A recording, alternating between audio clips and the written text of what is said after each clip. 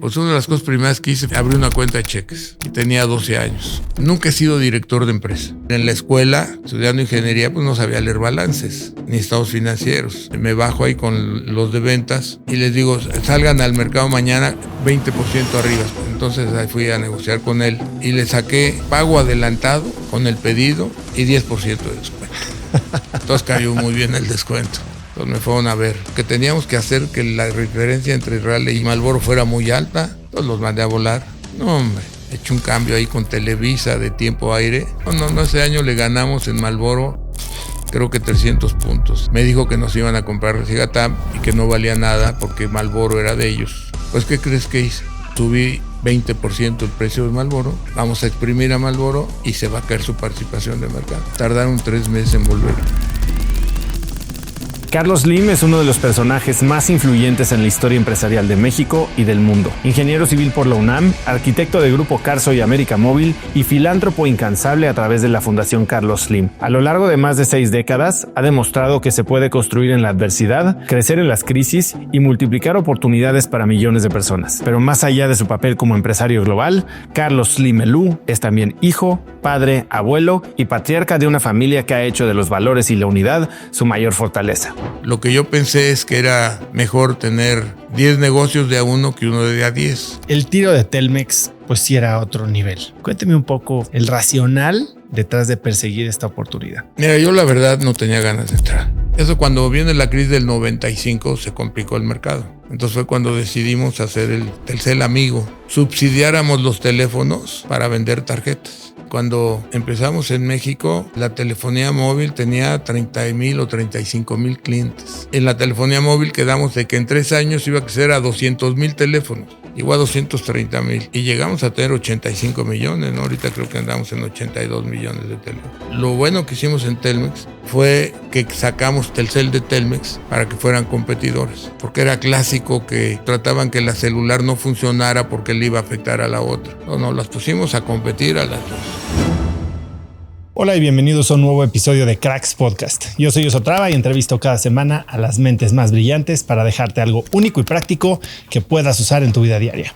Hoy tengo una entrevista especial, hoy tengo un foro especial, hoy tengo una entrevista que festejo porque llevo años persiguiendo. Y hoy probablemente sea una de las entrevistas que marque un hito en Cracks Podcast y espero que también marque un hito en tu propia vida.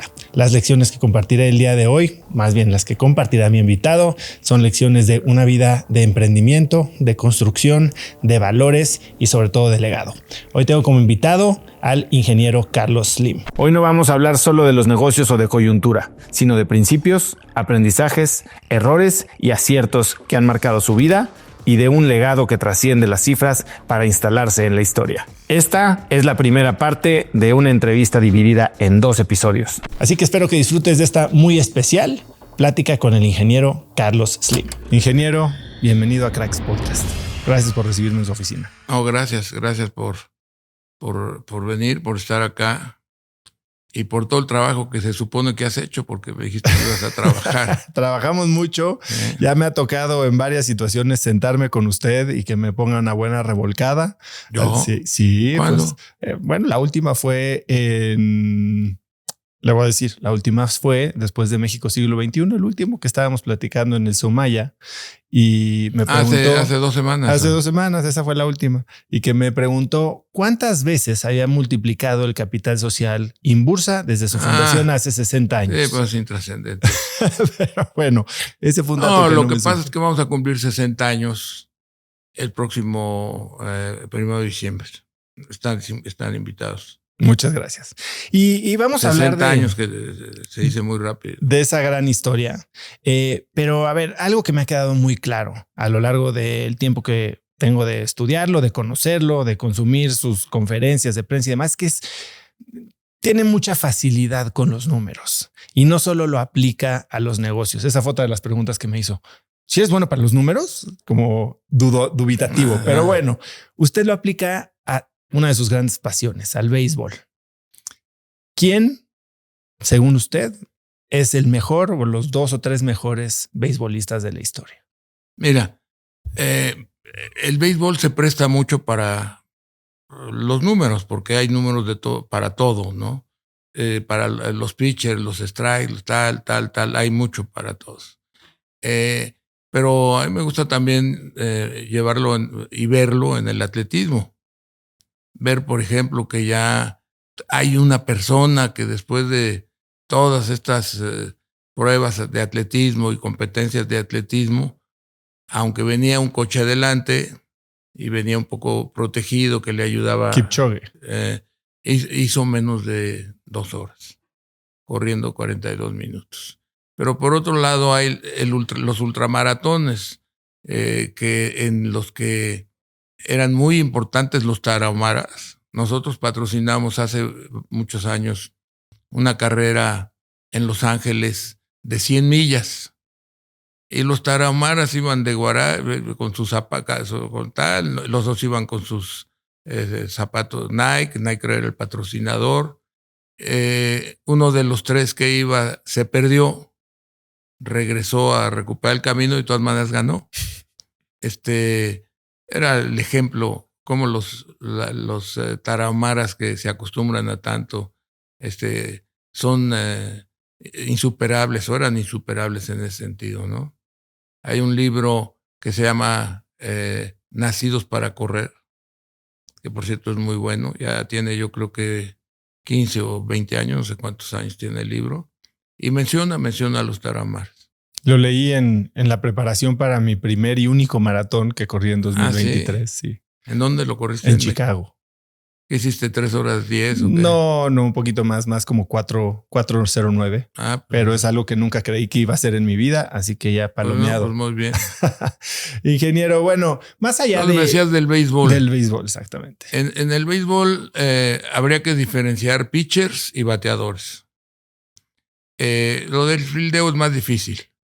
Pero en el caso de pitchers, los de hace muchos años, de los que hacen más de 100 años, pues acostumbraban no solo a acabar los juegos, sino jugar muchos juegos en la temporada.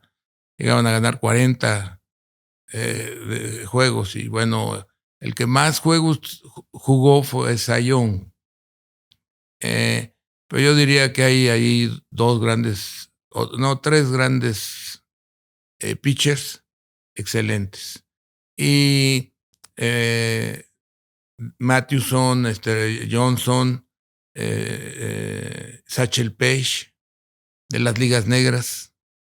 Satchel Paige era fantástico, un personaje extraordinario que hacía, de repente jugaba las primeras entradas sin fielders y hacía sus shows para tener atractivo. Y de los bateadores, de los jugadores bateadores, perdón, y en el picheo, pues no se puede olvidar de Nolan Ryan, que tiene muchos ponchados, que ya es otra parte, ya no es cuántos juegos ganaba ni cómo ganaba, sino que este era un gran pitcher que tenía después de 27 años de pichar, tenía más de 9 ponchados por juego, que eso es un récord. Solo hay 4 pitchers que yo recuerde que han pichado más de 9 ponches, que han tenido más de 9 ponches por juego, que es un récord extraordinario. Randy Johnson lo estaba superando, estaba en 9.5, cerca de 10. No recuerdo cómo acabó Randy Johnson, pero ha sido un gran pitcher y relativamente reciente. Y de los bateadores, pues sin duda Baby Ruth. Como bateador, viéndolo desde un punto de vista integral. Desde el punto de vista de bateo, Ty Cobb y Roger Hornsby. Y por supuesto, hay muchos que ya después se vuelve un poco complicado, ¿no? Ted Williams, por supuesto, Lou Gehrig, el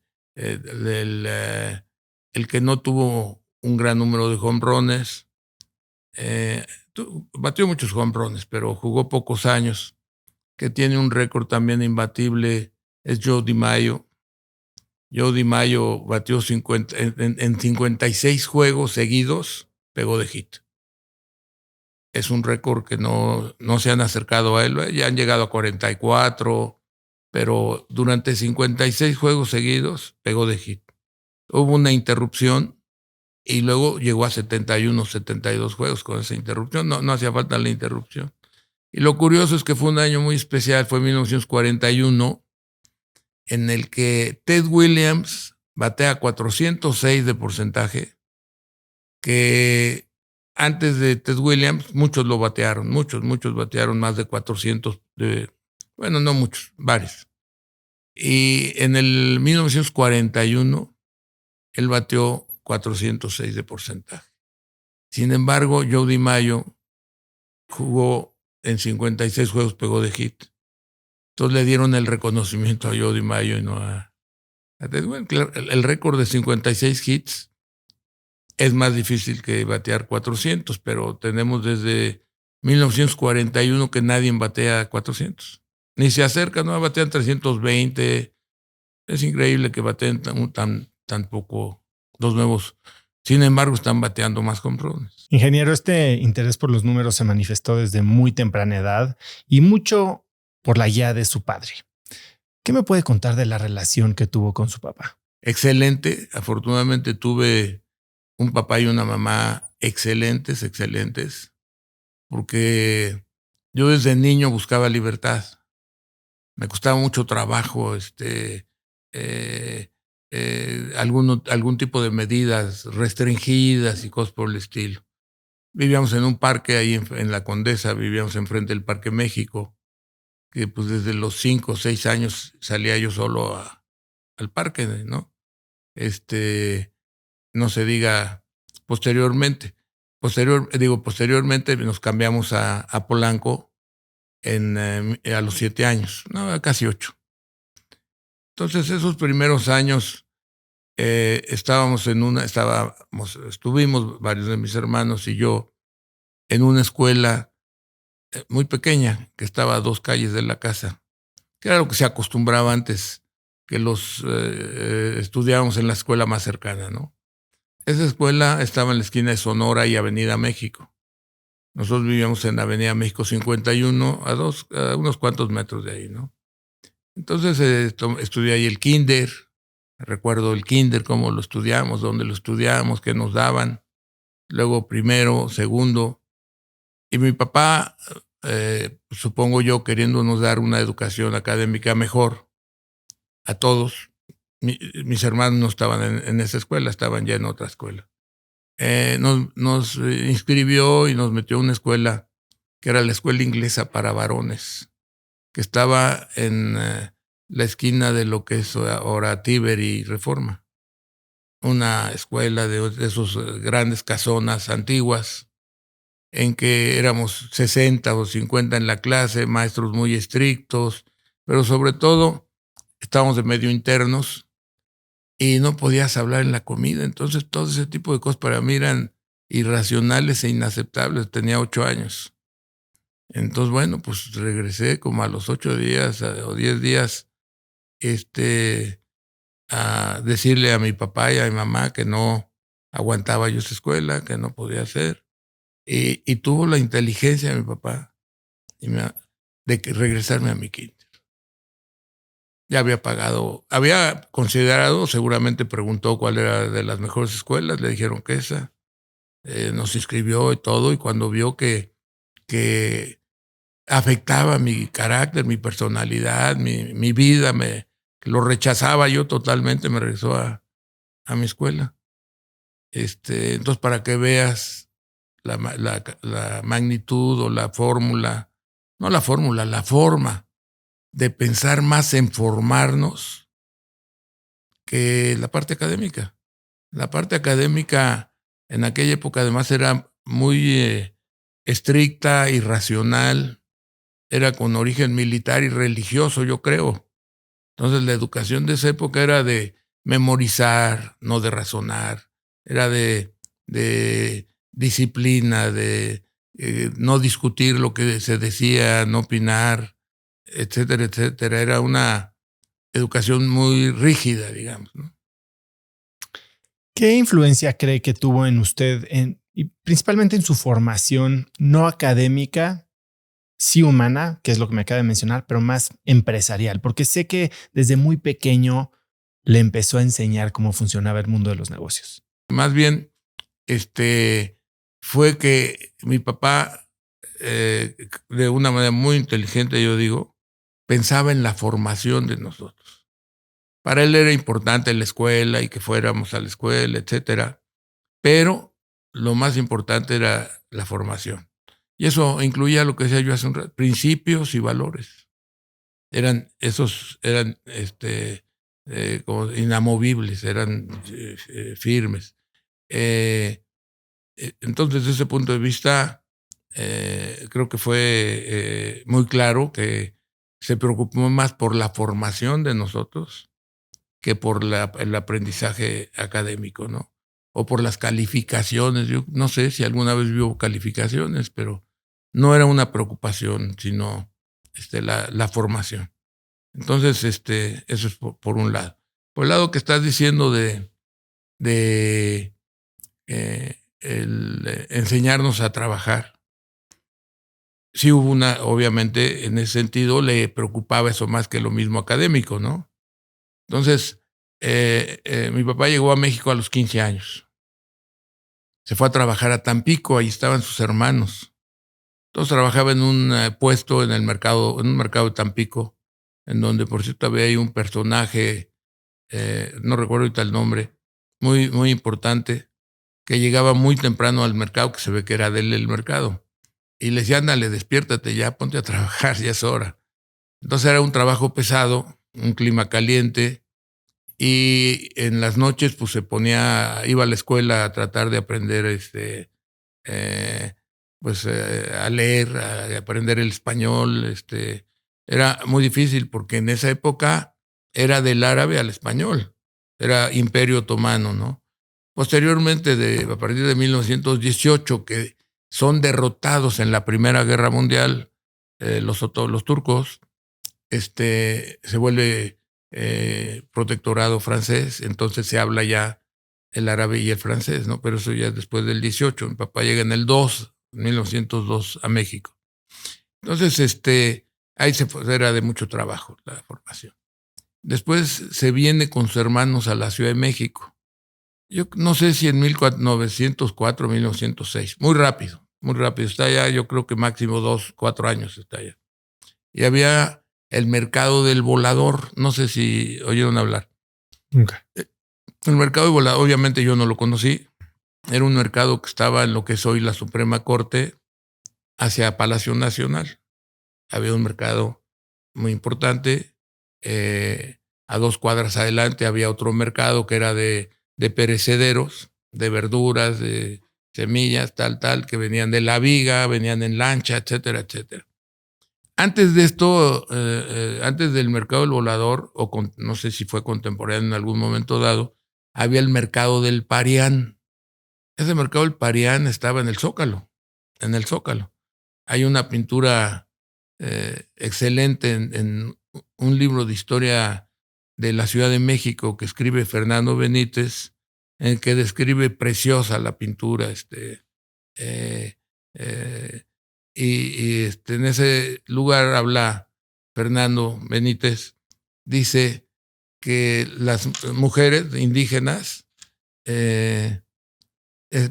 vendían perecederas, estaban se sentaban y no se movían, quedaban ahí imperecederas, que imperecederas vendían lo perecedero, decía Fernando, ¿no? Va llegando el virrey que va a ir a la catedral y todo, y pues la gente ni se fijaba, según la pintura, ni se fijaba qué estaba pasando, seguía vendiéndose y comprándose cosas. Entonces el mercado, mi papá tomó un local, creo que por ahí de 1906. En 11 ya tiene ahorros, el hermano mayor y él se ponen de acuerdo y abren el negocio. Se llama La Estrella de Oriente. Es un negocio que ya es grande. Es un negocio grande que básicamente vende mayoreo y medio mayoreo y conserva el local del mercado. que fue una cosa yo creo muy inteligente, porque pues ahí vendía el menudeo, ahí vendía lo que se vendía, tenía así más compra de mejores precios, y pues eso fue, yo creo que una decisión muy importante, haber dejado dos locales comerciales que tenía ahí, y abrió este negocio grande. Eso es 1911, mayo de 1911. Y en 14, mi tío, yo creo como que ya no quiere seguirle ahí en el negocio, y le vende a mi papá, habían metido 11,000 pesos. Se lo venden 30,000 pesos. O sea, triplicó en 3 años. Mi papá se lo compra de 1,500 pesos por mes. Y la verdad que llama la atención como en plena guerra, mi papá, que tenía en esa época 26 años, le compra a su hermano, es a 1914. Empezaba la Guerra Mundial en 1914, que acaba en 18. Se va a Victoriano Huerta, porque Victoriano Huerta, después del asesinato, del fusilamiento de Madero, y que toma el poder Victoriano Huerta, pues hay una gran presión nacional por todos lados en contra de él. Y en 1914 lo hacen que se vaya. Sale porque ya no aguanta los movimientos pues militares. Y llega Carranza con Obregón a México, toma el Palacio Nacional, y de repente saben que viene Zapata y Villa y se van a Veracruz. Entonces digo, todo eso pasaba. Yo me imagino a mi papá en 1914 viendo pasar todo eso, y hacer la inversión de comprarle a su hermano, ¿no? O sea, como que no tenía familia acá, bueno, tenía sus hermanos. Entonces ya se había encantado con México. En una carta que escribe ahí a mis hermanos en 1953, pone que al llegar a México llegó a Veracruz. O sea, es una travesía de la montaña libanesa, esa montaña, de la montaña libanesa, bajar a Beirut, de Beirut no sé qué, tomar el barco, luego no sé dónde paraba el otro barco, llegar a México, a Veracruz. Y dice que más que el gusto de haber llegado a México a ver a sus hermanos, o inclusive de hacer negocios o hacer dinero, trabajar, lo que más le había encantado en este país al que había llegado era la gran libertad que había, sobre todo religiosa. Era la época de oro de Porfirio Díaz. La época de oro de Porfirio Díaz yo creo que es como de 1890 a 1908, no, 6, no sé cuándo, ¿no? Sabemos que se va en mayo de 11. Entonces, te diría que mi papá trabaja muy intensamente ahí, y por algún motivo que he estudiado y le he dado vueltas, creo tener la decisión, él lo cierra en agosto de 1929. La crisis dura, muy fuerte, es en octubre que se caen los mercados. Él cierra en agosto del 29 el negocio. Era un negocio grande, muy grande, que trabajaba muy intensamente. Hay un reglamento que tiene, etcétera, etcétera. Y pues lo cierra. Después entra como miembro de la Confederación de Cámaras de Comercio, Nacionales de Comercio. En esa época se viene la Gran Depresión, 30, 31, 32, 33, 34. En 34 como que dicen que se bajó un poco con los planes de Roosevelt, pero para 36, 37 ya estaba de nuevo la depresión. Esa depresión duró mucho. Muchos dicen que se resolvió por la Guerra Mundial, porque en la Guerra Mundial hubo un cambio enorme, y después de la guerra pues vino un crecimiento muy importante. Entonces, en los 40, mi papá decide abrir una tienda para enseñarnos a trabajar, pero a los 3 hombres, no era a mí o nada, era a los 3 hombres. Entonces pues, yo iba ahí a ver que tenía 6 años o 7 años, 6 años. pues creen que iba a trabajar, no iba a estar atendiendo clientes, no habían hecho caso. Pero ahí me llevaba, ¿no? Entonces fue interesante todo eso. Ahora, usted pierde a su padre cuando es muy joven, 13 años. ¿Cómo lo afectó? ¿Cómo lo formó? ¿Cómo lo hizo convertirse en una persona que después construyó esto que ha construido? Mira, yo tuve una infancia con mis papás muy positiva. Como te decía, oye, para echarme una chilladita ahí y que me cambie de colegio, pues es como no sé, fue algo que no es fácil que un papá haga eso, que unos papás hagan eso, de que ya que lo metieron en una escuela para que se eduque mejor y para que aprenda más y no sé qué, a llevarte a la otra escuela, ¿no? Eso fue, para mi gusto, pues una decisión muy inteligente de mis papás. Luego, por ejemplo, nosotros nos cambiamos ahí al Parque de Polanco, enfrente. Ahí tenemos todavía la casa. La he visto. Bueno, ahí enfrente, mi papá de repente nos veía jugando béisbol y se daba su caminadita y no interrumpía el béisbol ni nada. Eran los amigos del edificio de Edgar Poe, los de Goldsmith y los de Emilio Castelar. Y total que ahí nos reuníamos a jugar béisbol. Yo era de los chicos. Quizás el más chico junto a otro, éramos como 15 o 20, no sé cuántos. Entonces, fíjate otra cosa que hacía mi papá. Mi hermano y yo, que jugábamos, éramos 3 hombres, el mayorcito que yo y yo, jugábamos ahí béisbol, tal, y si iban a Cuernavaca, mi papá, en Semana Santa, por ejemplo, pues nos dejaba que nos quedáramos en México a jugar con nuestros amigos. Nos dejaba el chofer, el coche, pero nos dejaba que pudiéramos quedarnos en México. Sentía que era más formación, porque veía que era sano lo que hacíamos, de ponernos a jugar ahí en el parque, pues nos dejaba quedarnos a jugar. Entonces, lo que te decía es que son decisiones de mi papá muy atinadas, formativas, no estrictas de venga, se tienen que hacer acá y tienen que hacer esto y tal, aunque en algunas cosas había firmeza, por supuesto, ¿no? Entonces los primeros años pues fueron pues muy fáciles, ¿no? Muy agradables, mucha libertad, etcétera, etcétera. Y cuando fallece me afecta muchísimo. Me quedo 2 años sin ir al cine, sin salir prácticamente, iba a la escuela. Pero al final, pues se tiene uno que sobreponer y hacerse más fuerte. Entonces muchas veces, lo comento yo aquí en la carta, las crisis te obligan a ser más fuerte.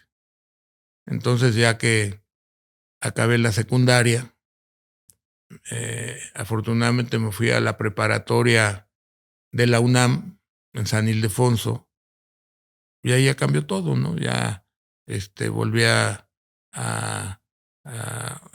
tener nuevos amigos, había todo tipo de compañeros, había muchas más mujeres, la otra era escuela de hombres. Entonces es un cambio ya a los 15, 16, a los 2 años, un cambio importante y ya todo ¿cómo te diré? Ya había yo aprendido muchas cosas de mi papá, ¿no? Por ejemplo, nos hacía hacer una libreta para llevar el control de nuestros domingos y los gastos, me encargó a mí llevarlas,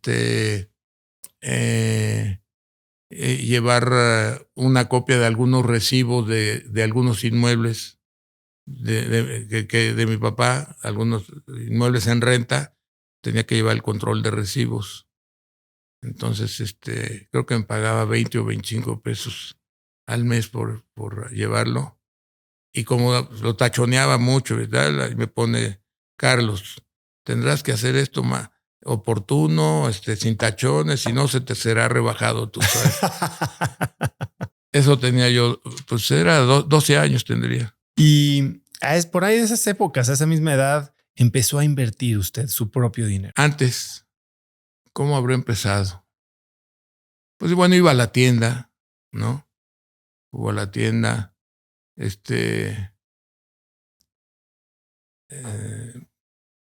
pues yo creo que veía ahí, ¿no?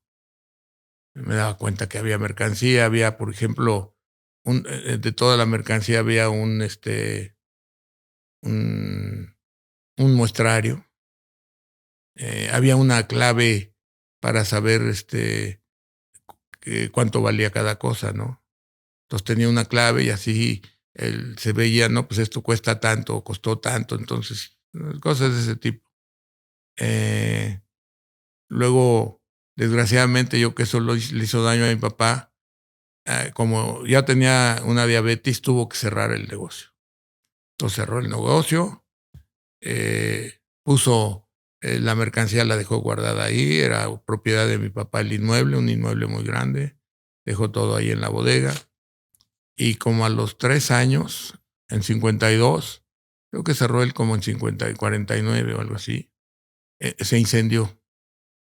Se incendió uno de los locales que tenía una ferretería, era época de septiembre, entonces tenían cohetes y cosas para el septiembre, y se le incendió un corte eléctrico, alguna cosa pasó en la tienda y pum, vale, que se abre el fuego terriblemente. Y se le quemó toda la mercancía de mi papá. Y desgraciadamente falleció la dueña del comercio porque fue a tratar de apagar el fuego y ahí le agarró. Entonces, ahí estuvimos trabajando mi hermano y yo, dizque acomodando cosas. Tenía otra persona ahí encargada. Pues ese tipo de cosas aprendía, pero tenía mis domingos, tenía los santos o los cumpleaños, había regalos económicos. Entonces de ahí, pues una de las cosas primeras que hice fue abrí una cuenta de cheques y tenía 12 años. Entonces, Iniciativa suya. sí, claro. Bueno, mi mamá me hacía un cheque para ir por el gasto, ir a cambiar el cheque por el gasto. Entonces iba yo al banco, me hice amigo de la cajera y que hacía varias funciones, y le dije, oye, ¿qué no puedo hacer aquí? ¿Sacar una chequera? Me dijo, sí, yo te la saco, la chequera. Entonces ya me hizo la chequera con 500 pesos de inversión. No, de depósito. 500 pesos de depósito.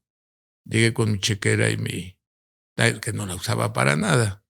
Entonces, arreglé con mi mamá que me diera el cheque de la colegiatura, lo depositaba en el banco y de ahí sacaba yo para pagar, ¿no?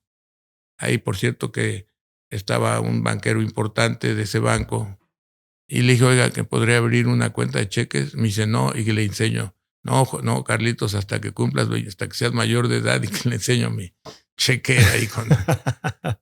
tenía 12 años. Luego me di cuenta que no servía para nada la chequera, ¿no? Pues no te daba intereses, no producía nada. Luego compré acciones, empecé a comprar acciones. Empecé a comprar acciones y de Banamex, 30 acciones. Empecé a hacer balances en enero, cuando cumplí 15 años. Hice un balance ahí con las acciones que tenía, los activos que tenía y los pasivos, ¿no? Un balance personal. Estuve haciendo cada mes en esa época, que era lo que nos enseñaba mi papá, lo que nos pedía de llevar orden y hacer esto. Entonces lo empecé a hacer así para llevarlo ordenado y funcionó muy bien. Quiero adelantar un poco el tiempo. Se va a la universidad, es maestro, se toma su año sabático y después regresa y empieza a invertir más en forma. Hasta ese momento estuve invirtiendo toda mi vida hasta el 65. Hasta el 64 eran inversiones, ¿sí? En mi año sabático fue en 64. En 63 me fui a Chile a un curso etcétera, etcétera. Y en 64, que hice el año, en 65, ya en lugar de inversiones, ya empiezo actividades empresariales. Compra jarritos. Sí. ¿Qué fue lo que le llama para cambiar de ser un inversionista pasivo a alguien que quiere operar? Era natural, estaba planteado. Mira, yo había puesto mi tienda en la casa. Además se llamaba El Cielo, está bonito el nombre, ¿verdad? A ver en cuál lo debería de usar. Porque iba yo al centro histórico, caminaba solo, ¿no? Pues ahí, en esa época no había tanto problema, ¿no? Caminaba solo por todos lados. Y vi que había una tienda con mucha gente que vendía dulces. Entonces resultaba que era una especie de depósito de mercancía, e iban a comprar ahí en el medio mayoreo, pues para los puestos de lacayo, para los estanquillos o para no sé qué tantas cosas. Y veía que todo valía muy barato, ¿no? Entonces, por ejemplo, desde los chiclets Adams estos, que valían como $3.60 en lugar de $5, los chocolates Yoyo, los tilnarines, los almondres, todo. Esta tienda los compraba del fabricante y se volvían distribuidores de los fabricantes. Entonces, por eso tenían un buen precio y vendían a un buen precio. Entonces, no, ya tenía yo experiencia de eso, ¿eh? Entonces, pues hasta lo que se llamaba el turista, ¿te acuerdas del turista? Uh-huh. Que luego le llamaron Monopoly. El turista, pues jugabas ahí, comprabas propiedades y vendías y pasabas por un lugar y por otro, etcétera. No, yo desde mucho tiempo pensé en la actividad empresarial. Y una vez que compra esta primera empresa, entiendo que el mismo año, en el 65, funda Inbursa, o Sí. bueno, la primera iteración de Inbursa, ahora por eso van a cumplir 60 años, y empieza no solo a concentrarse en una empresa y a dedicarse a ser el embotellador, empieza a construir un portafolio. ¿Cuál fue la lógica de empezar a diversificarse tan? Bueno, mira, primero, como que nunca he sido director de empresa. Entonces, más bien tengo la actividad empresarial, ¿no? Eso de tener la actividad de ejecutivo, pues, si llegas a las 8, haces tu junta a las 9, luego a las 10, luego a las 11, tienes tu programa, estás viendo que funcionen las cosas todos los días, a todas. Yo siempre he tenido un carácter más empresarial. En los negocios hay 4 tipos de gente, más o menos, ¿no? Obviamente la empresa mediana y chica es el mismo, ¿no? Es el empresario, el ejecutivo o director general, el inversionista, que ni es director ni es empresario, pero invierte porque te tiene confianza, invierte contigo y está en el consejo, etcétera, etcétera, pero no es ejecutivo ni eso.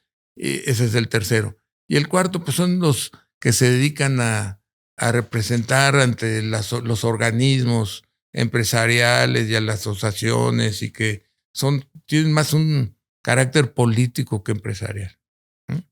Entonces, lo que yo pensé es que era mejor tener 10 negocios de a uno que uno de a 10. No sé si me explico. Uh-huh. Entonces, esa fue una de las razones. Entonces, por ejemplo, la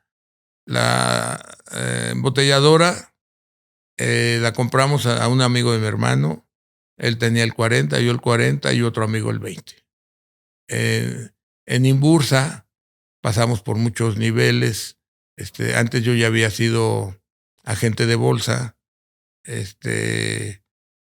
Tenía ya conocimiento. Ahí aprendí uno mucho, porque en aquella época le hacías de todo. De operador, liquidador, análisis empresarial. Aunque había 2 libritos muy buenos, hay uno que se llamaba ¿Qué es la bolsa? Y otro es Investigue antes de invertir. Mira, me acordé de ellos, que eran muy interesantes, ¿eh? Investigue antes de invertir, ¿qué es la bolsa? Entonces ahí aprendí mucho, porque vamos a ir en la escuela, estudiando ingeniería, pues no sabía leer balances, ni estados financieros. Luego te los ponían que el activo valía igual que el pasivo. Sí, pues ¿cómo va a valer igual el activo que el pasivo? Entonces era el pasivo más el capital. Entonces ahí te das cuenta que el capital es el activo menos el pasivo da el capital, etcétera. Empieza a aprender muchas cosas, ¿no? Y al empezar a construir este portafolio, también veo que tiene una fuerte predilección por encontrar o descubrir valor oculto. Empresas que podrían parecer emproblemadas o estancadas, usted las agarraba y veía algo que los demás no veían. lo que ves es cómo resolverlo. O sea, una empresa que está con cierto tipo de problemas o características, te das cuenta cómo resolverlo. Más que nadie se dé cuenta, pues todos se dan cuenta de que está mal, ¿no? El chiste es ver cómo se resuelve. Entonces, pues eso fue ya posterior. Hábleme de la adquisición de Galas, que creo que eso le da pie por igual resolver un problema operativo al ver la concentración en un cliente que se les va, que lo lleva a su gran cash cow, que fue Sigatam. En Galas entramos al consejo, había fallecido don Santiago, estaba la señora que era la dueña de la empresa, tenía un hijo muy joven, y tenía varias, ¿cómo te diré? Por un lado, deseos y por otro lado, en algunas situaciones, angustias, ¿no? Por ejemplo, me decía que ella lo que quisiera es que la empresa no cerrara para que tuvieran trabajo los obreros por muchos años. O sea, como estas empresas, me mencionaba una, ¿no? Esa que cómo sigue trabajando. Entonces, que siguiera trabajando la empresa. La empresa traía muchos problemas que se agudizaron con una huelga que duró como cerca de 2 meses y medio, entre 2 y medio y 3 meses, que se suspendió toda la operación. Fue una huelga muy agresiva. Pues se complicó todo con la huelga, ¿no? Esa huelga, en la empresa había 2 organizaciones, Galas de México, y otra que era como maquiladora de Galas de México que se llamaba El Arte. Entonces tenía un sindicato en Galas y otro en El Arte. Entonces el sindicato de Galas fue el que hizo la huelga. Entró en esa huelga. El Arte era una empresa como de 300 y pico de personas. Y la verdad es que se complicó mucho las cosas, ¿no? Y ahí nos metimos a tratar de ayudar. Ya con pláticas con los trabajadores que estaban afectando, que estaban dejando sin trabajo a la gente. La gente, yo que ya se les empezaba a oponer y por fin se pudo acabar con la huelga. La señora estaba como recomendación, una de las opciones que hubo fue vendérsela a la Moderna, que es el cliente del 25-26% de la empresa. Era el que compraba de todas las ventas, había 17,000 clientes, que luego lo redujimos a 12,000. Uno solo era el 25-26% de las ventas, que era Raleigh, la cajetilla de Raleigh, ¿no? Que se vendía, bueno, Raleigh, las otras marcas que tenía Fiesta, etcétera, ¿no?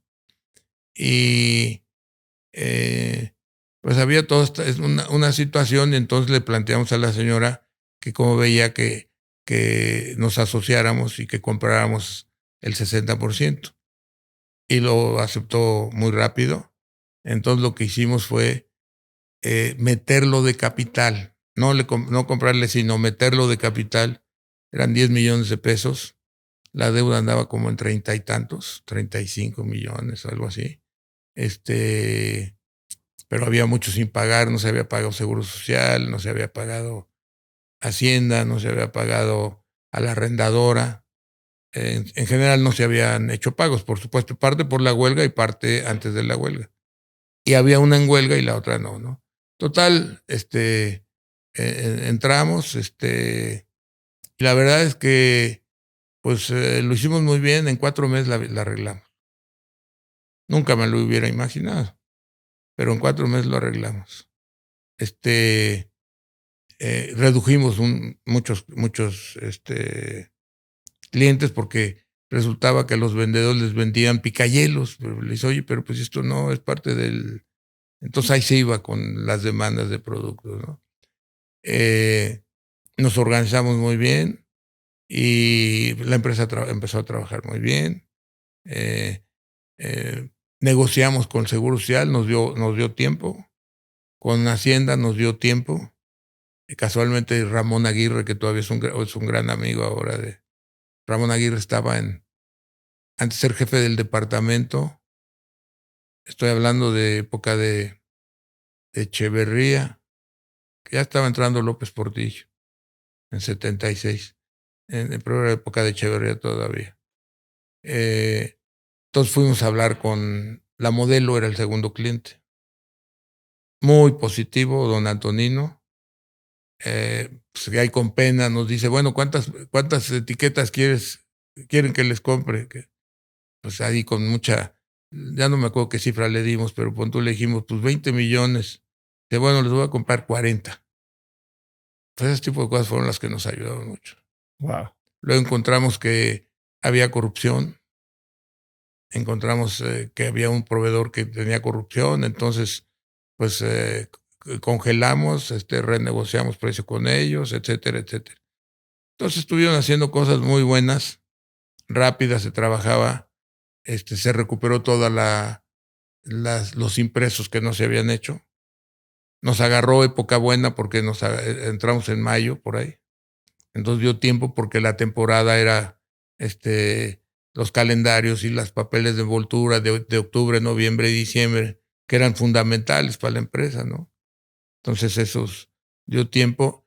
Y curiosamente el 31 de agosto, que llevábamos junio, julio y agosto, 3 meses, el 31 de agosto sale en la noche el director del Banco de México y el secretario de Hacienda para decir que se va a devaluar el peso.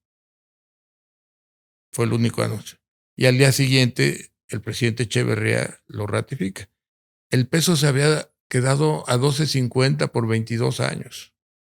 El peso valía 12.50 desde la devaluación de 1954. En época de Ruiz Cortines, en Semana Santa. Por cierto, en cada Semana Santa la gente compraba dólares durante muchos años. Entonces, en 1976 viene esa devaluación. Entonces, me bajo ahí con los de ventas y les digo, salgan al mercado mañana 20% arriba, suban 20% arriba el precio y salgan mañana a vender. El dólar se fue de 12.50, pero no se fijó un precio. Anduvo en 22, subió a 28, bajó a 10, tal, andaba alrededor de 20, 22 pesos. Cuando nosotros salimos a vender, pues ya tenía el papel y la tinta. Fui a hablar con Claudio González, que no lo conocía, que estaba furioso porque no le pagábamos a los proveedores. Entonces le habíamos dado garantía de que le pagábamos y total insistía en que la íbamos a quebrar, que no sé qué, que no iba a salir la empresa. Entonces ahí fui a negociar con él. Fue mi encuentro, yo no lo conocía. Y le saqué pago adelantado con el pedido y 10% de descuento. Entonces cayó muy bien el descuento. Eso fue muy al principio. Todavía me acuerdo, un día se lo voy a recordar. Te estoy hablando de 1976, hace 49 años. Ahí lo conocí. Entonces, oye, comprar el papel 10% más barato. El papel era fundamental en la empresa, pues todo llevaba papel, las etiquetas llevaban papel, las calendarios llevaban papel, todo llevaba papel. Entonces, conseguir el descuento ese, conseguimos el descuento en las tintas porque traíamos ese asunto, logramos diferir los pagos de fiscales, teníamos también adeudo con la arrendadora que había financiado unos equipos, también hicimos un alargamiento, a todos les pagamos, pero sí cuidamos el apoyo por cierto que a Kimberly le di garantías yo de unos terrenos que tenía, y a pesar de eso, nada, hasta que le dije, bueno, te pago, cuando te hago el pedido, te doy el cheque, te pago, y me saqué el 10%, fue muy buen descuento ese. Entonces resulta que en agosto, pues empezamos a salir a septiembre, cuando nadie salía al mercado a vender calendarios, a vender y teníamos el material, teníamos las tintas, teníamos el precio del papel, etcétera. Entonces ya para septiembre ya estaba muy bien la empresa. Ya traía muy buenas ventas, traíamos muy bien controlados los gastos, habíamos empezado a pagar. Muy bien, muy bien. Fue muy rápido. Y entonces Resulta que la Moderna les dice, ya no los necesito. Después hubo 2 crisis. Una que me entero que anda el arte, ya no Galas. En Galas hicimos buena relación, eran 2 muchachos y había otro ahí medio complicado, pero había apertura en la plática y en todo, y en el trabajo y todo. Y en el arte se empiezan a mover los del FAT, y unos movimientos que hubo en esa época muy agresivos para, muy radicales. En la Modelo había problemas, por todos lados había problemas. Entonces me entero que ahí está muy caliente ahí la cosa. Y entonces le digo a Carlos, oye, ¿qué tan mal está? ¿Por qué no le dice a Luis Flores? Luis Flores era un cuate encargado de encuadernación, no me acuerdo qué área era. Había jugado americano en Pumas, entonces Grandote. le tenían respeto. No, estaba fornido. Entonces dije, oye, dile que pregunte, que haga una encuesta, porque a él ya le tienen su respeto, ¿no? Entonces resulta que la encuesta salió muy pareja. Yo digo, no, si salió pareja es que estamos perdidos. Entonces ya me decían que había uno de los obreros que había sido líder sindical anterior, que lo golpearon en el metro, fue en el metro, lo maltrataron. Entonces de plano, esa muy buena estrategia que me eché. Hablé con los 2 muchachos de Galas, les dije, oye, ¿cómo verían que el personal del arte se venga a Galas? Les reconocemos su antigüedad, etcétera, etcétera, y que Galas sea la única empresa aquí de... Sí, jalaron. Entonces a la mañana siguiente pusimos una banca, una mesa, y conforme iban llegando, los íbamos invitando a que se incorporaran a Galas. El 90%, 93% entró a Galas. Reconoció la antigüedad, pues además era la base de la empresa, ¿no? Y pues entonces quedaron como el 8% que se opuso. Era un sábado en la mañana. Nos trajimos a un grupo, a un albañil que era muy bueno, a hacer un muro. Dijimos, bueno, a ver, ¿cómo le hacemos? ¿En dónde vamos a ubicar a los que se quedaron? A los que no entraron a Galas, a los que se quedaron en el arte. Entonces, bueno, pues no, si quitamos aquí este puente, total, hicimos un muro. Un cuartito ahí para que se quede. No, un muro alto, porque y entraban por 5 de febrero, un lugar por San Antonio Abad. Había una puerta allá, entraban por ahí, pusimos el muro y no sé qué. Entonces, me habla Carlos, mi primo, que era muy, muy capaz, era el que estaba en ventas me dice, oye, está chillando ahí el gerente de que lo están amenazando y que está espantadísimo, el gerente del departamento es. Le digo, mira, dile a Luis Flores que vaya para allá. Entonces llega allá y con grosería le dice, a ver, ¿quién es que quiere partir? Confórmense. Y se calmó todo se calmó con Luis Flores que te decía. A ver, ¿quién quiere? Estaban todos ahí juntos. A ver, de a uno por uno, a ver, fórmense. Ya, se acabó el problema. Entonces ya a los 10 días o 15 días ya se les liquidó a todos y se resolvió el problema.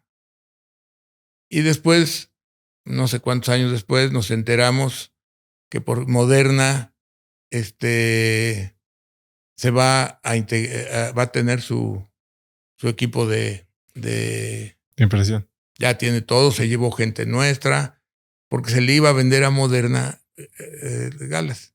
Les dio miedo yo que todos los problemas laborales y tal, y mejor pusieron otra. Entonces fui a hablar con Basagoiti. Yo ya tenía como el 12%, 14% de Sigatam de inversión. ¿Por razones? Sí, de inversión y a lo mejor también un poco por eso. Entonces hablamos con ellos, muy positivo, que queríamos fortalecer la relación de Sigatam. Sigatam tenía el 25% del mercado y la Moderna el 75%. Pero Sigatam tenía otro problema, que vendía Marlboro que no hacíamos nosotros, no imprimíamos las cartulinas, o sea que no teníamos el equipo para la impresión de las cajetillas de Marlboro que eran importantes. Tenía el 6% del mercado Marlboro, estaba empezando. Entonces, total en 81 compramos Cigatam. Caro, porque en 82 se llevó el demonio todo el mercado. Todo estaba regalado. El único que compraba era yo. Inclusive, me decía, oye, pero ¿cómo estás comprando? Oye, sin papá le compró a su hermano en el 14 con Revolución.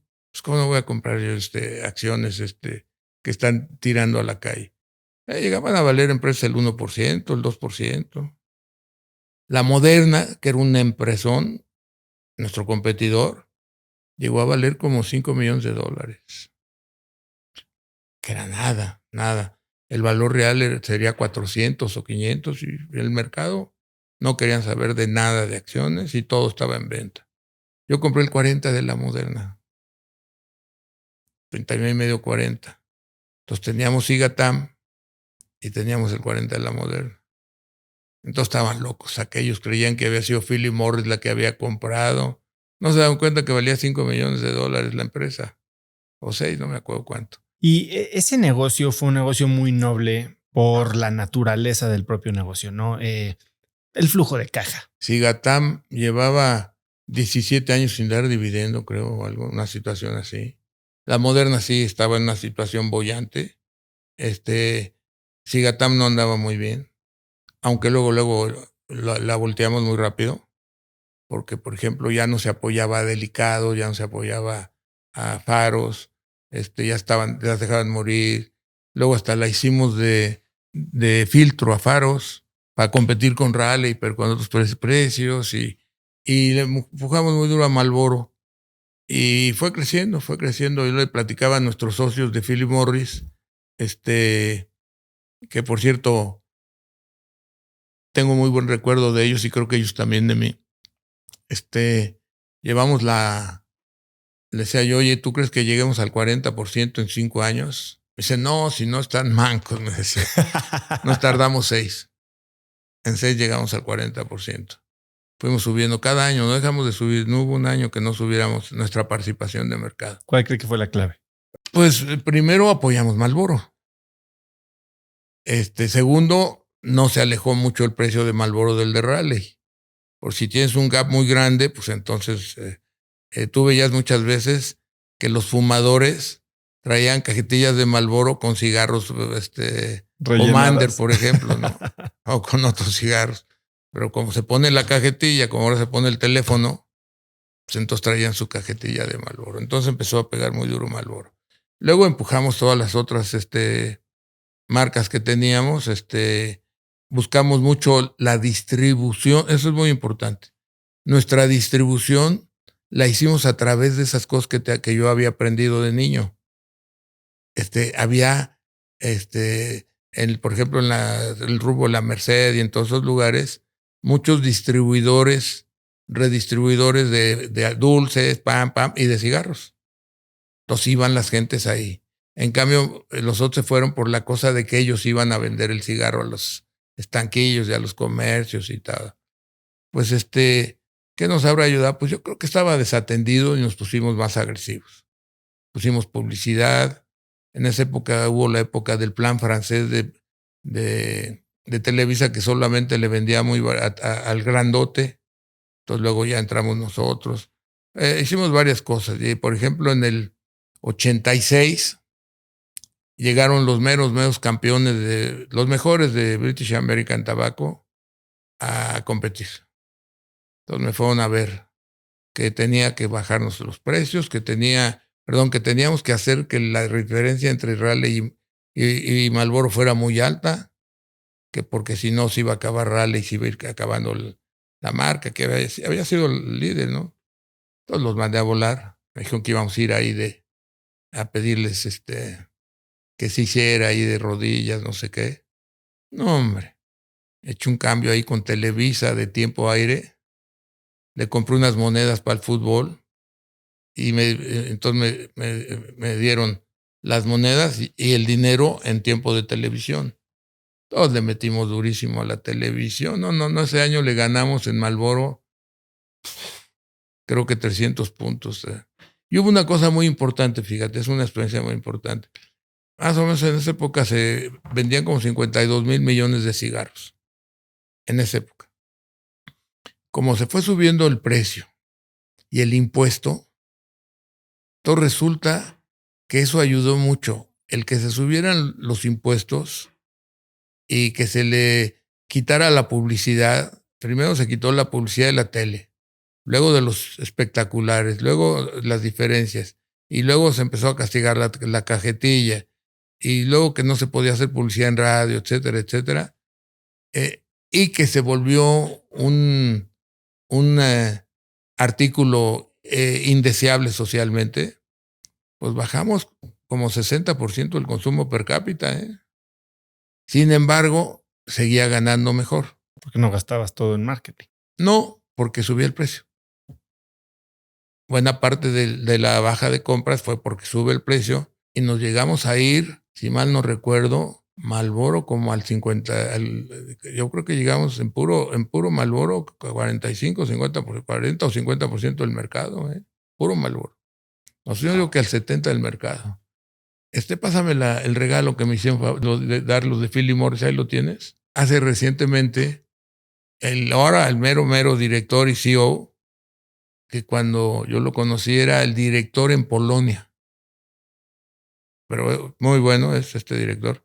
Me hizo favor de traerme un regalo, una chamarra, y en general un regalo muy bonito. A ver si lo encuentran, te lo enseño.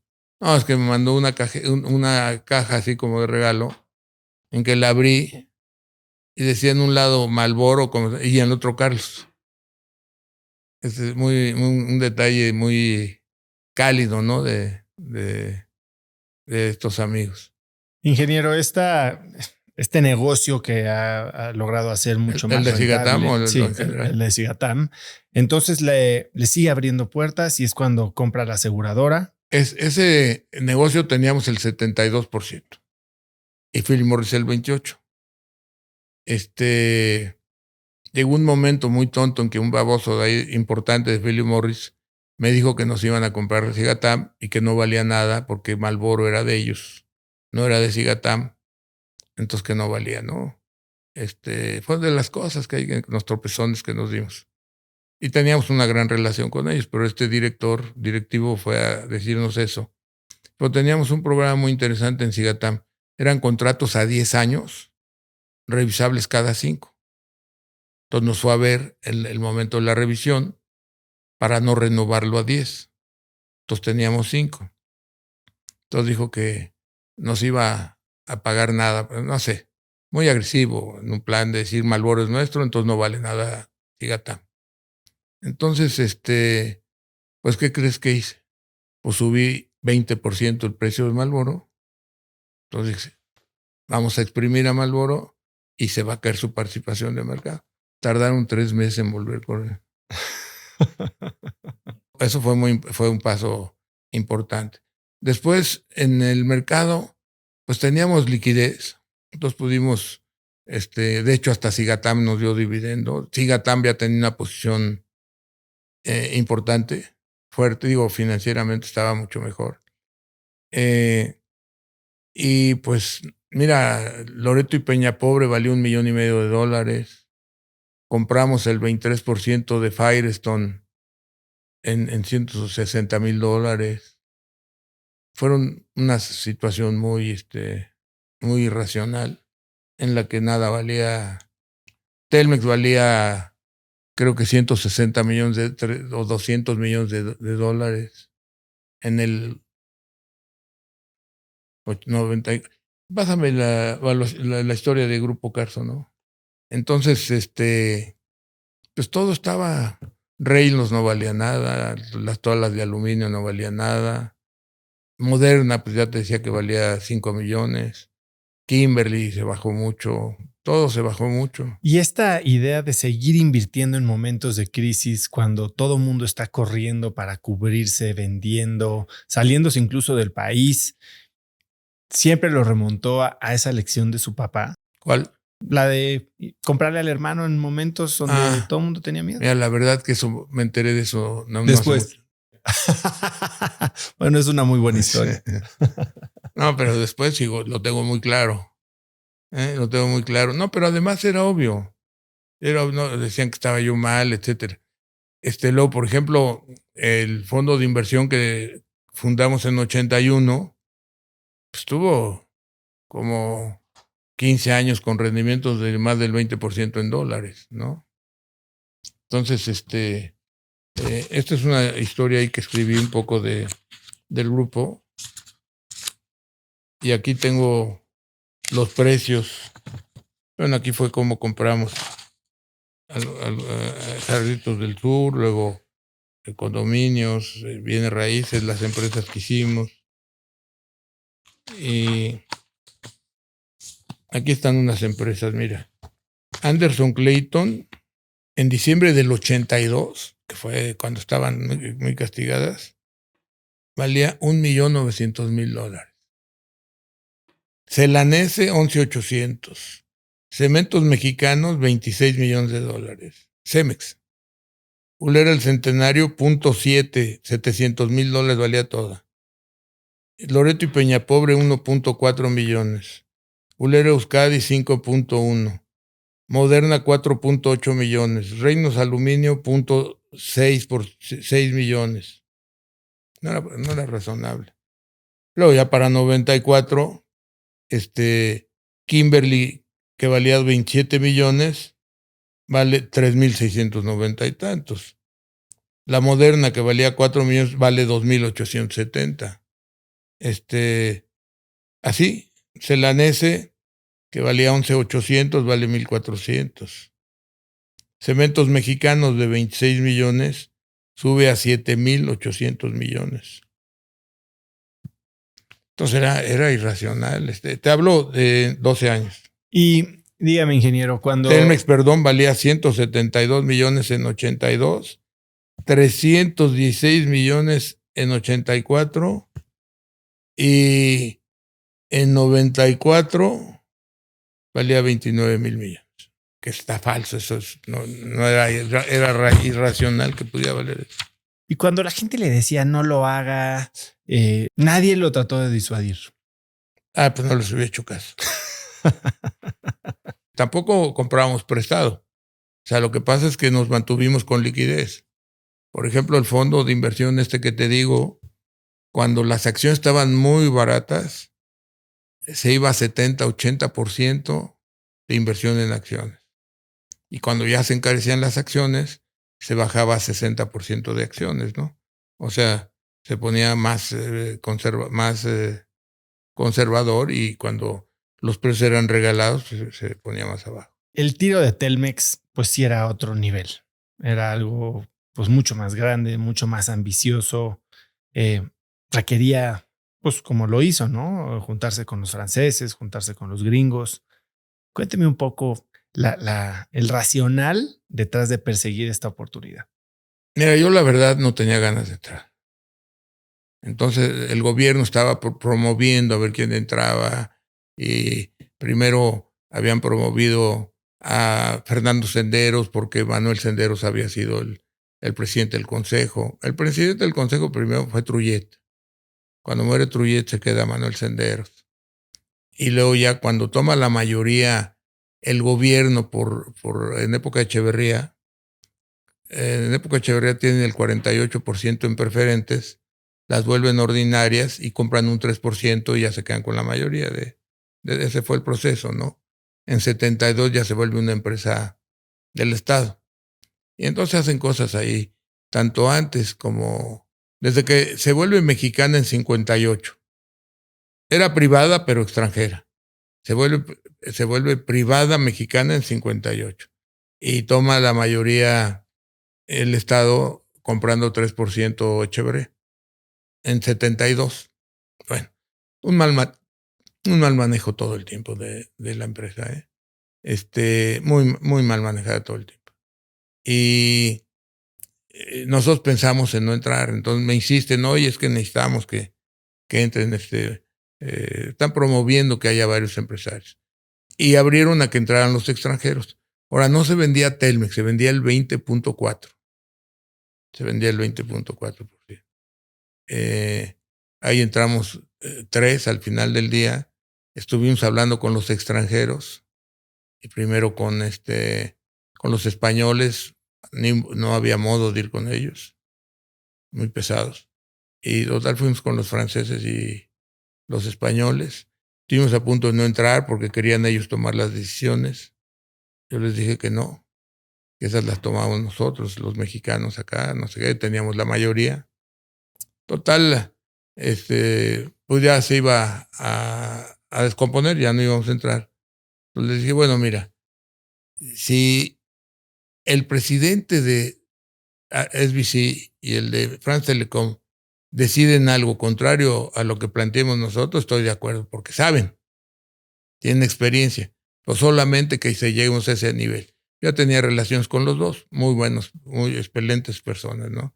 Todavía sigue siendo un gran amigo el de SBC, que era Southwestern Bell y que ahora es AT&T, y el otro de France Telecom también. Entonces, total, ya pusimos así, no tuvimos nunca. Un día me llegaron a proponer una tontería porque desarrollamos nosotros el prepago y lo desarrollamos de las alcancías. Entonces me dijeron, no, que el prepago, me pidió una cita y que el prepago es muy peligroso porque canibaliza. No, se los mandé a volar, ¿no? ¿De dónde nace esta idea del prepago? Es una genialidad que nace de resolver un sistema operativo complicado que era vaciar las alcancías. Sí, eso era lo que era un problema porque se llenaba la alcancía y ya no funcionaba, no traían dinero, entonces ya no funcionaba, tenían que traer la bolsa llena de 20. Esto es francés. En Francia estaban ya usando las tarjetas de prepago. Entonces se cambiaron los aparatos a que con una tarjeta pudieras pagar. Y vamos a vender 28 millones en un mes de tarjetitas, ¿eh? Y ahora vendemos cualquier cosa porque ya los teléfonos públicos no funcionan y el IFETEL todavía no nos autoriza a quitarlos. Ahora, lo de Telmex, hubo presión de que por qué no le entrábamos del Banco Internacional, de Hacienda, de todos lados. Entonces ya les pregunté a mis hijos, dijeron que sí. Ya en ese entonces, ¿cómo los involucraba a sus hijos en el negocio? Mira, la primera involucración fue cuando compramos Cigatam, que les dije que cómo veían que íbamos a comprar una empresa más grande, que no sé qué. Pues uno dijo, si te vamos a seguir viendo, sí, si te vamos a no ver, no. Muy buena observación. No, pero pues yo no era, como te digo, director que me quedo ahí toda la noche y día metido en la empresa, ¿no? Y entonces lo de Telmex, la verdad es que hubo varias cosas ahí. Primero empezaron a comprar muchas acciones desde el 87. Y 88, una casa de bolsa compró como el 10,5%. Luego el gobierno subió de 51, creo que a 56 o 50. Subió en el precio de la acción. ¿No? La acción que valía 200 millones o 300 o 400, se la llevaron y se vendió a 8,600. Fue el precio de venta. La verdad es que estaba todo tan mal hecho que había muchas cosas. Había 2,200,000 clientes sin atender. 3 años de lista de espera. 2 años y cacho. 2 años y cacho. Muchas cosas mal. Y nunca dijo, esto está tan mal, ¿por qué seguir? ¿Por qué sí hacerlo? De una empresa que la volvimos fantástica. Además, el personal jaló muy bien, de tal manera que competimos contra los dos más grandes del mundo. Fíjate, competimos contra AT&T. Ya no me acuerdo, era AT&T y Avantel. Una estaba ligada a Bancomer y a Alfa. Y la otra a Banamex. Entonces imagínate, las dos más grandes del mundo y con los dos bancos más grandes del mundo.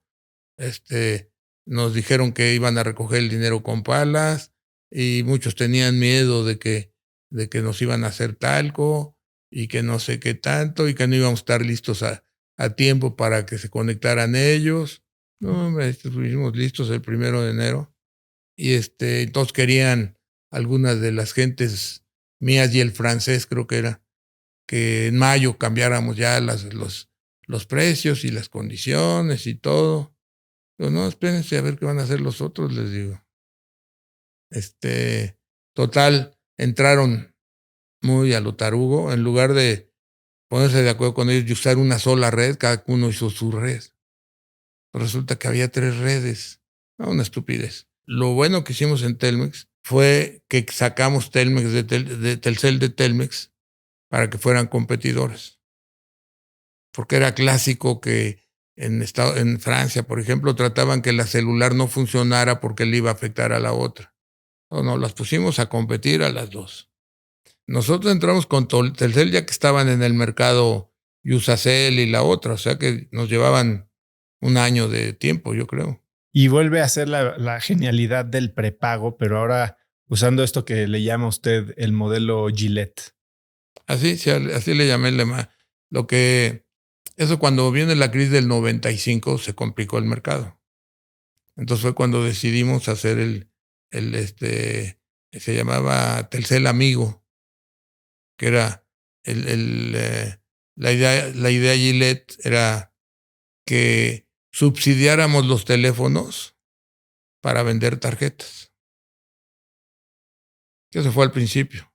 Entonces compraban el aparato, lo hacías más accesible el aparato, entonces ya teniendo el aparato compraban tarjetas. Esto funcionó sobre todo en Estados Unidos, que ninguno quería meter el progreso. Todo el mundo decía que era una tontería, que el prepago era una tontería. ¿Con qué argumentos? Pues probablemente canibalismo y menor ingreso. Una tontería. Entonces nosotros lo echamos a andar en México. Fíjate, cuando empezamos en México, la telefonía móvil tenía 30,000 o 35,000 clientes en 1991. Quedamos de hacer un plan trianual, eso fue una cosa que me ayudó. Hice mi plan trianual para que la gente supiera qué esperarse, ¿no? Para que no dijeran, no, hombre, sí, es lo mismo, o dijeran, no, prometen y no van a cumplir. Entonces hicimos qué cosa iba a hacer cada uno. Y en la telefonía móvil quedamos de que en 3 años iba a crecer a 200,000 teléfonos. Llegó a 230,000. Y llegamos a tener 85 millones, ¿no? Ahorita creo que andamos en 82 millones de teléfonos. Y en Estados Unidos empezamos como con 100,000, 130, y nos fuimos hasta 25 millones. Luego se ajustó como a 22 millones, pero en Estados Unidos era muy, muy importante porque además era muy caro el servicio. Pero total que ahí está Telcel, le han hecho todo lo que han querido en contra de ella, incluido el duopolio, el gobierno del duopolio. Bueno, y le ha pasado también en el resto de América Latina, ¿no? Ha habido países que hasta José Mujica la traía contra usted, ¿no? No, al revés. Primero, me saluda muy afectuoso. Tuve la oportunidad de platicar con él en un viaje a Uruguay, que me voy a volver a ir ahora. No, la verdad es que no deberíamos estar en Uruguay. Porque en Uruguay las telecomunicaciones son del gobierno y no te dan permiso de nada. No sé para qué lo abrieron. No te dan permiso de dar televisión de paga. No te dan permiso de tal cosa. No, si ahí Uruguay controla las telecomunicaciones, no sé qué participación tenga, pero muy alta. No está abierto a la competencia. Ingeniero, en una de las conversaciones que tuvimos, le pregunté cuál había sido su peor inversión en todos los años que lleva como inversionista, y me dijo que no era la peor inversión hecha, sino la peor desinversión que había hecho. Cuénteme de la decisión de vender el que era 4.5% de Apple que tenía. Fíjate que no me acuerdo del porcentaje. ¿Quién te lo dio? ¿Usted? 4.5. Creo que le exagere. ¿Cuánto habrá sido, papá? Pregúntale a Legaspi. No sé si ese día me dijo que era 4. Es igual que fuera 2, 3 o 4. Son muchos billones. Cuénteme de esa decisión de desinvertir. Las compramos muy baratas cuando la vimos en una revista que tenía más liquidez de lo que valía. Y estaba un poco al azar, algo así, en una situación muy difícil. antes de que entrara Steve Jobs. Entonces pero las vendimos con utilidad, por supuesto, buena utilidad, pero no lo que hay. Yo no sé si nos hubiéramos quedado hasta ahora. Otro caso fue Amazon, que en 2008 o 2009 por ahí no valía nada. Se bajó mucho de valor. Bueno, pues son errores. Son errores. Hay gente que dice que luego el mercado puede mantenerse irracional más tiempo que uno puede mantenerse líquido. ¿Usted qué piensa de eso, de ir en contra del mercado, apegado a sus convicciones? Hay dos formas. Una es no comprar, una es vender y otra es irte corto. Entonces yo creo que pues ahí se puede tomar diversas decisiones. Hay un refrán, ¿no? Un pensamiento que me dijo hace mucho un primo hermano, hace muchos años. ¿Cuántos serán? Pues muchos, 60 y tantos años.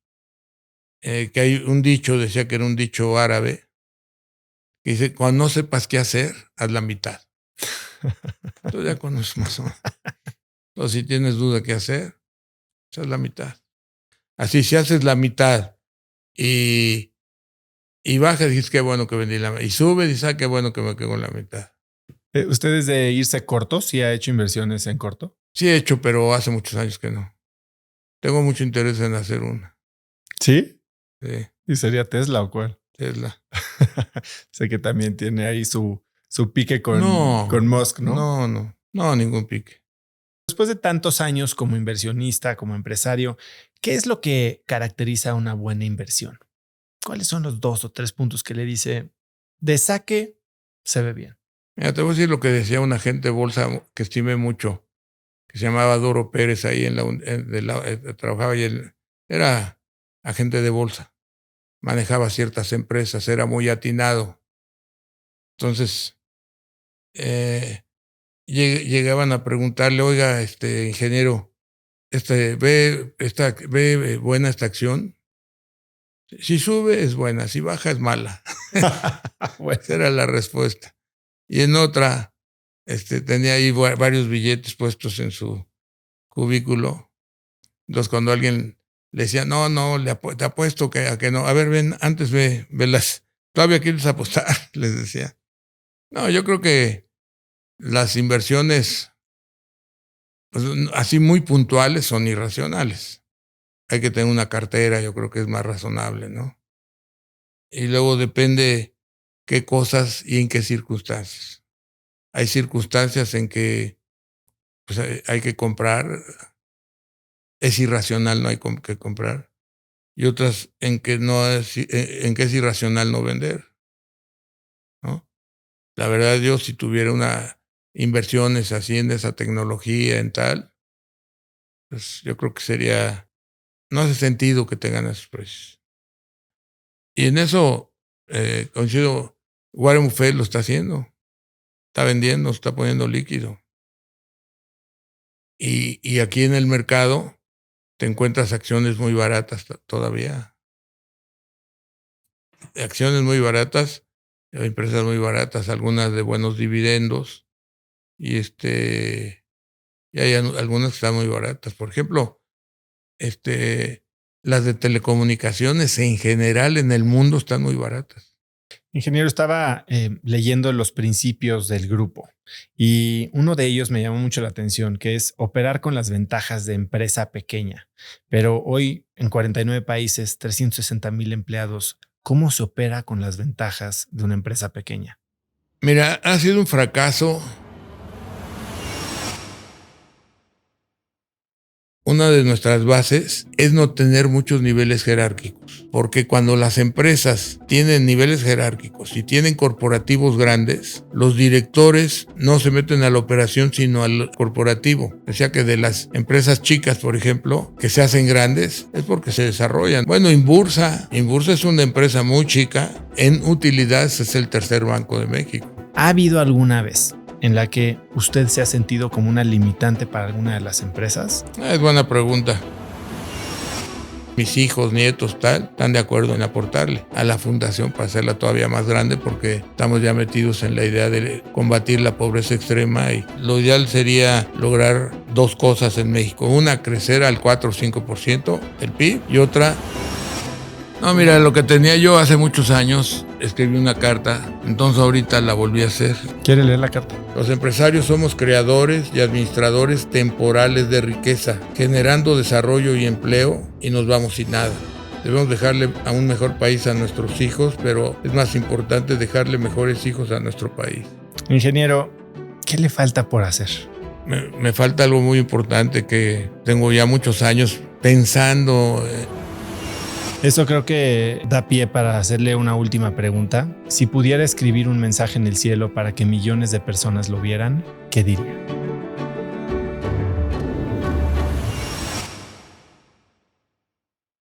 Muchas gracias por escuchar este episodio, y antes de irme, no olvides que si quieres recibir un correo muy corto pero cargado de valor de mi parte todos los días, de lunes a viernes, puedes registrarte para recibir Oso Traba Daily. Todos los días estaré compartiendo alguna noticia, alguna lección, alguna herramienta que pueden ayudarte a ti a mejorar tu negocio, a crecer tu empresa, a ser más productivo y a tener una vida más plena en general. Así que si no te quieres perder de esta información cargada de valor para ti, simplemente ve a cracks.la/correo, déjame tu mail y muy pronto voy a estar en tu inbox. Eso es todo por hoy. Yo soy Oso Traba y espero que tengas una semana de cracks.